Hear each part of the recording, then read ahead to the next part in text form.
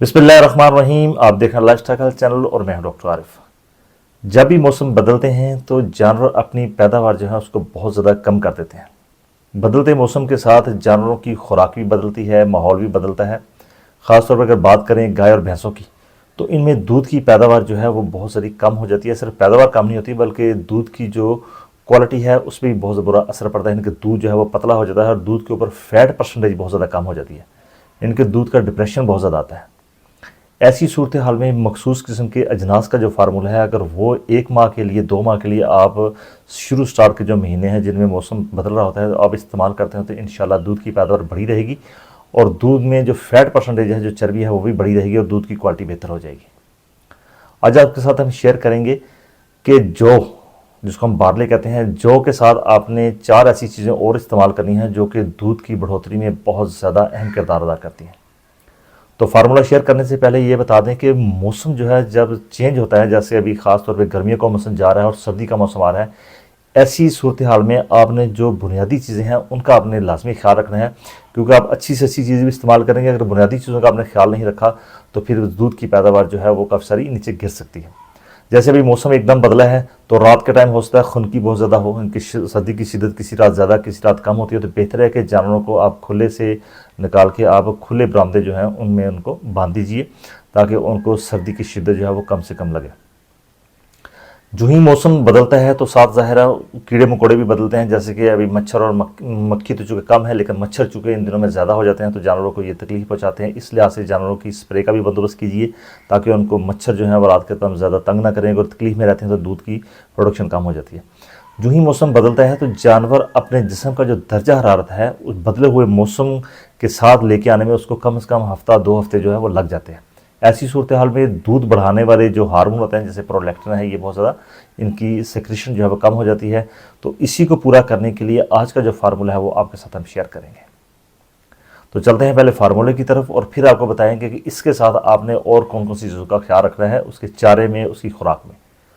तो जौ जो है इसलिए चुने हैं कि जौ जो है ये बहुत ही अहम ज़रिया है। एक तो दूध की पैदावार को एकदम ऊपर उठाते हैं, दूसरा दूध में फैट परसेंटेज इनकी चर्बी को बहुत ज़्यादा बढ़ाते हैं। तो आपने जौ जो है वो लेने हैं 18 किलो। 100 किलो का फार्मूला आपके साथ शेयर होगा। जौ आपने लेने 18 किलो, इसका आपने दलिया करवा लेना। इसका पाउडर, इसका आटा नहीं बनाना, बस इसका दलिया करवाना है जौ का आपने। ये हो गया 18 किलो। पीली मकई जो है ये आपने लेना है 25 किलोग्राम। और एक और चीज़ खाल किनोला, मीठी किनोला जो होती है, खाल किनोला आपने लेनी है 25 किलोग्राम। गंदम का जो चोकर है ये आप लेना है 30 किलोग्राम। मिनरल मिक्सचर आपने इसमें डालना है 2 किलोग्राम। मिनरल मिक्सचर जो है इसके ऊपर ख़ास तौर पे मैं कहूँगा कि आपने अच्छा और इम्पोर्टेड जो है जैसे रेंचमैन का जो मिनरल मिक्सचर है वो आप लीजिए 2 किलोग्राम। ये सारी की सारी चीज़ें आपने अच्छी तरह से इनको मिक्स कर लेना है। मिक्स करके इसको हवा बंद जो है तोड़े में आपने डाल लेना है और दूध की जो पैदावार है उसके लिहाज से आपने इसको इस्तेमाल करना है। जब भी आप वंडा इस्तेमाल करते हैं तो जैसे आपकी वंडे की जो मकदार है वो आपकी मकदार बनी है 4 किलो, तो आपने 2 किलो सुबह 2 किलो शाम जो है वो वंडा देना है। यह है दाना मिक्सचर, जानवर के लिए बहुत ज़्यादा ज़रूरी है। इसके साथ आपने इस्तेमाल क्या करना है, इसके साथ आपने मीठे सोडे का जो है वो लाजिम इस्तेमाल करना है। मीठा सोडा जो है वो 30 से 50 ग्राम लगातार आप इस्तेमाल कराएं, क्योंकि जब आप अनाज बढ़ाते हैं तो जानवर में तेज़ाबियत बहुत ज़्यादा बढ़ जाती है, एसिडिटी ज़्यादा हो जाती है, तो उसको कम करने के लिए ज़रूरी है कि साथ मीठे सोडे का इस्तेमाल जो है वो रहे।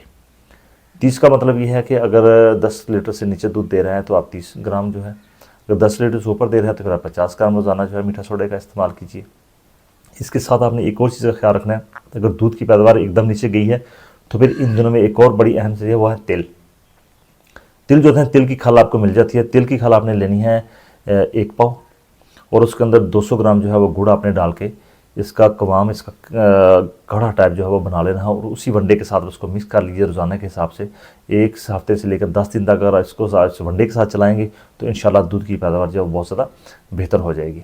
इन दिनों में एक और चीज़ की बहुत ज़्यादा कमी होती है क्योंकि मौसम बदल रहे होते हैं, चारा भी बदल रहा होता है। तो जब भी आपने चारा अपने जानवर का बदलना है, तो मैंने बार बार काफ़ी सारी वीडियो में आपको बताया है कि चारा एकदम नहीं बदलना, आहिस्ता आहिस्ता पिछला चारा जो है, जो पिछली खुराक है उसको कम करते जाएँ और आहिस्ता आहिस्ता अगली खुराक जो है वो उसमें ऐड करते जाएँ, हत्ता कि हफ्ते 10 दिन के अंदर जानवर जो है मुकम्मल तौर पर नई खुराक पर आ जाए और पुरानी खुराक से उसकी जान जो है वो छूट जाए।